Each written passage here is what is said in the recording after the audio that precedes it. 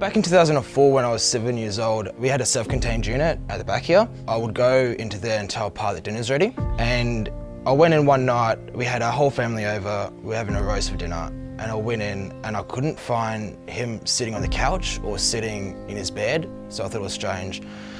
So I went in front of the TV and he was sitting on his chair, and from what I remember, he was slouched over.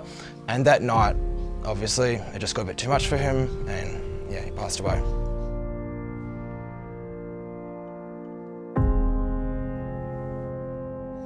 I just felt panic. Pa was one of my best friends. We had to call the police. I was only 7 years old and I didn't know what to do. So we had a police officer come over, and his name was Luke, and he saw that I was distraught. So he talked to me a lot about footy. He realised I was a massive Collingwood supporter. I actually had a Collingwood teddy that Pa gave me, and he said, "I've got a surprise for you. Come down to the station in a week. I'll show you the surprise." And I went down a week later, and he had this massive Collingwood poster, which was all signed by Collingwood players. To Will, I'm sorry to hear about all this.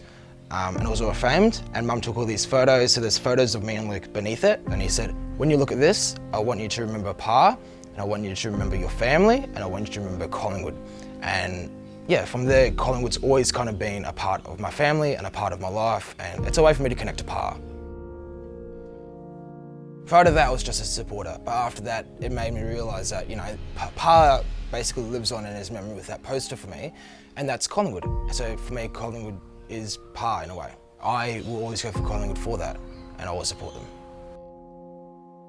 Finding Pa was my first memory. I can't really remember anything before that. So for me to have that memory, which is obviously really hard, but to turn that into a positive memory with Collingwood and Luke and the poster, it made me think of what I can remember of Pa in a really positive light, and yeah, think of him really nicely.